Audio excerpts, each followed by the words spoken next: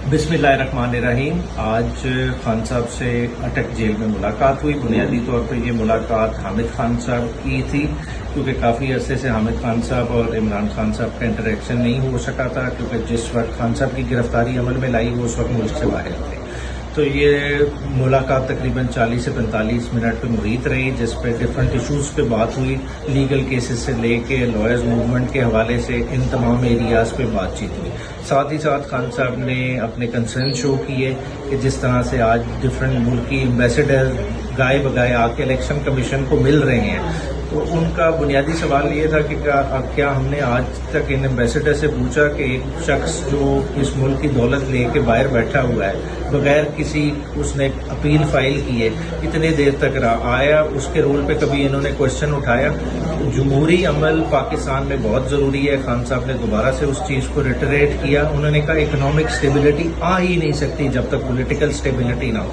चाहे आप अपने जितने बर्तन मर्जी बेचने के लिए लगा लें, लेकिन उनको गारंटीज कौन देगा? पैसा कोई ऐसे नहीं लाता। सॉवरन गारंटी खाली पेपर देने से नहीं, लोगों की जब तक एक इकोनॉमिक अमल को बैकिंग ना हो, वो अमल कभी भी टेक ऑफ नहीं करता। तो इन चीज़ों पे खान साहब से मुफस्सिल बात हुई। खान साहब को उनके साइफर केस के हवाले से भी बताया था कि उस वक्त तक जजमेंट रिजर्व थी। तो खान साहब को केस की बॉदरेशन नहीं थी, क्योंकि खान साहब को पता है कि ये पॉलिटिकल विक्टिमाइजेशन का अमल है और ये इसी इंटेंशन से किया जा रहा है कि मैक्सिमम पीरियड उन्हें सियासत के अमल से बाहर रखा जाए, ताकि इस मुल्क में कोई इलेक्शन की डिमांड ना करे।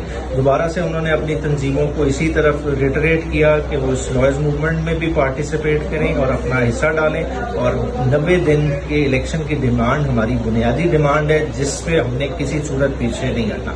साथ ही साथ उन्होंने 9 मई का दोबारा हवाला देते हुए कहा कि जिस तरह से ये लोगों को टॉर्चर कर रहे हैं और एक अप्रूवर बनाने का सिलसिला चल रहा है, तो ये कोई लीगली तो अमर माने रखता ही नहीं, मगर फिर से क्योंकि हमारा दामन साफ है, हम दोबारा से जुडिशल इंक्वायरी इस पर मांगते हैं कि इस चीज़ को फुली इंक्वायर होना चाहिए। साथ साथ उस दिन की फुटेजेस सामने आनी चाहिए, ये चीज़ें चेक करनी चाहिए कि वो फुटेजेस किन्होंने गायब की, वो क्यों गई, आखिर इतने संगीन किस्म के इल्ज़ामात लगाए हैं, उन इल्ज़ामात को बैक भी किसी तरह से करना है। तो इन सारी चीज़ों पे बात हुई। तो बाकी कुछ प्राइवेट मैसेजेस हैं डिफरेंट लोगों के लिए, अपने डिफरेंट तंजीमी ओहदेदारान के लिए, वो उनके साथ शेयर किए जाएंगे। शुक्रिया।